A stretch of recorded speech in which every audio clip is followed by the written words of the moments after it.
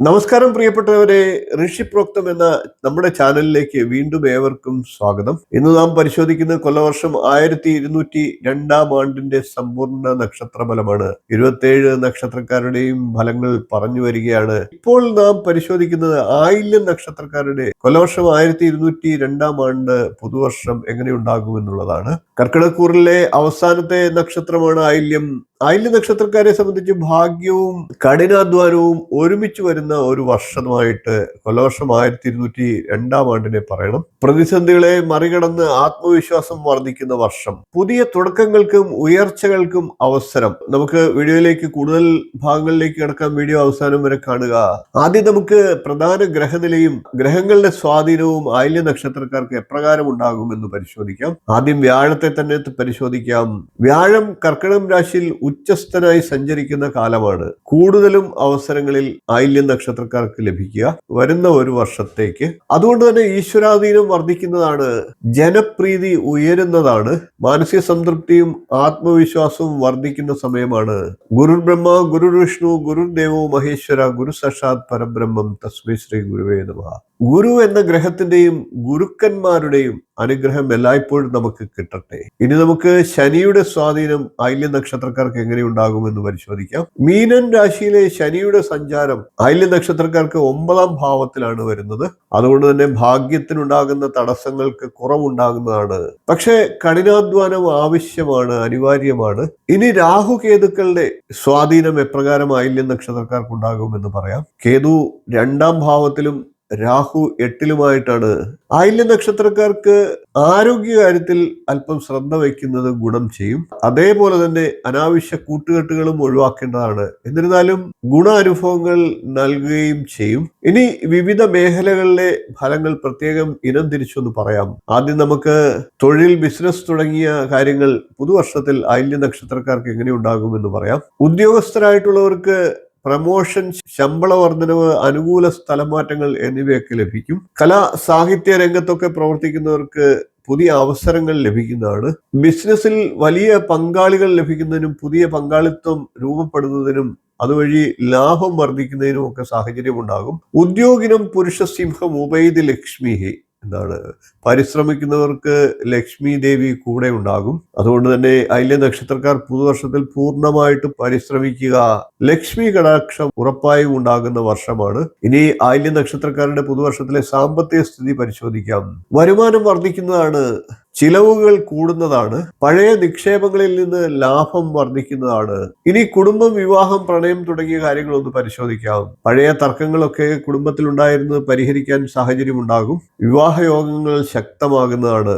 ദമ്പതികൾക്കിടയിൽ സ്നേഹവും ഐക്യവും ഉണ്ടാകുന്നതാണ്. സ്നേഹത്തിന്റെ നിഴലിൽ ഗ്രഹങ്ങൾ പൂക്കും, സ്നേഹത്തിന്റെ നിഴലിൽ വീടുകൾ പൂക്കും, വാക്കുകളുടെ മുറിവുകൾ കാലം മായ്ക്കും. ഇനി ആയില്യ നക്ഷത്രക്കാരുടെ വിദ്യാഭ്യാസ അവസരങ്ങൾ ഒന്ന് പരിശോധിക്കാം. വിദ്യാഭ്യാസ കാര്യത്തിൽ വിദ്യാർത്ഥികൾക്ക് മികച്ച പുരോഗതി ലഭ്യമാകുന്ന വർഷമാണ്.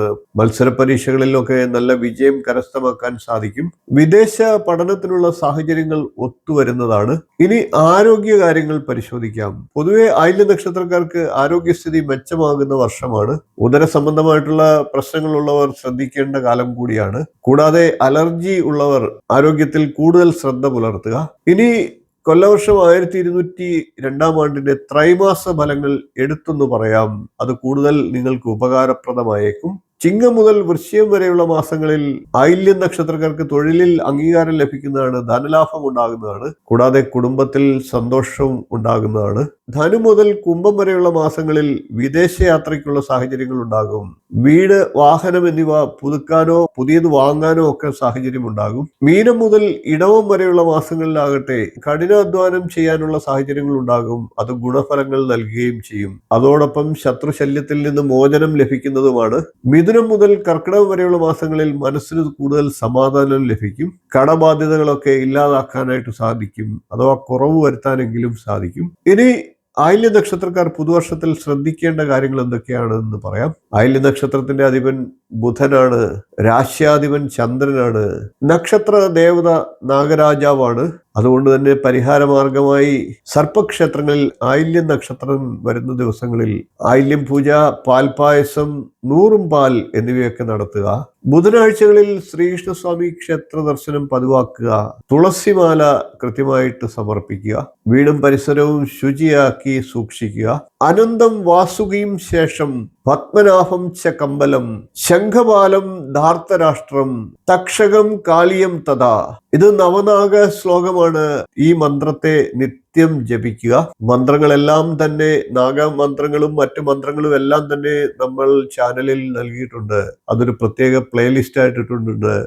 ഒട്ടുമിക്ക മന്ത്രങ്ങളും അതിൽ നൽകിയിട്ടുണ്ട് എന്ന് തന്നെയാണ്. അത് കേട്ട് നിങ്ങൾക്ക് പഠിക്കാം. ഇനി ആയില്യ നക്ഷത്രക്കാർ കൂടുതൽ ശ്രദ്ധ ചെലുത്തേണ്ട കാര്യങ്ങൾ കൂടി ഒന്ന് പറയാം. ശുക്രദശ, ചന്ദ്രദശ, രാഹുർദശ ഈ ദശാകാലങ്ങൾ അനുഭവിക്കുന്നവരാണെങ്കിൽ ഗുണഫലങ്ങൾ അല്പം കുറവ് വന്നു എന്ന് വരാം. മറ്റ് ദശാകാലങ്ങളിലുള്ളവർക്ക് കൂടുതൽ അനുകൂല സമയമാണ്. എന്നിരുന്നാലും ആത്മവിശ്വാസത്തോടുകൂടി പൂർണ്ണ പരിശ്രമത്തോടുകൂടി മുന്നോട്ട് പോകേണ്ടതും ആവശ്യമാണ്. ഭാഗ്യം നിങ്ങളെ തേടിയെത്തും. എന്നാൽ പരിശ്രമവും കൂടി അതോടൊപ്പം ഉണ്ടെങ്കിൽ നിങ്ങൾക്ക് വിജയിക്കാൻ സാധിക്കുന്ന വർഷമാണ്. വെല്ലുവിളികൾ ഉണ്ടാകും. എന്നിരുന്നാലും ആത്മവിശ്വാസം കൈവിടാതിരിക്കുക. ഉയർച്ച നിങ്ങൾക്ക് നേടിയെടുക്കാനായിട്ട് സാധിക്കും. ശരിയായ ദിശയിൽ മുന്നേറിയാൽ ആയില്യ നക്ഷത്രക്കാർക്ക് ഈ പുതുവർഷത്തിൽ വലിയ മാറ്റങ്ങൾ ജീവിതത്തിൽ ഉറപ്പാണ്. വീഡിയോ ഇഷ്ടപ്പെട്ടു, ഉപകാരപ്പെടും എന്ന് തോന്നുന്നുവെങ്കിൽ ഒന്ന് ലൈക്ക് ചെയ്തേക്കുക, ഷെയർ ചെയ്യുക, ചാനൽ ഒന്ന് സബ്സ്ക്രൈബ് ചെയ്യുക, നോട്ടിഫിക്കേഷൻ ഒന്ന് ഓൺ ചെയ്ത് വെക്കുക. നിങ്ങളുടെ അഭിപ്രായം കമന്റായിട്ട് അറിയിക്കുക. ഇനിയും ഇതുപോലുള്ള മറ്റു നക്ഷത്രക്കാരുടെ പുതുവർഷ ഫലവുമായി നമുക്ക് അടുത്ത ദിവസങ്ങളിൽ കാണാം. നന്ദി, നമസ്കാരം, ശുഭദിനം.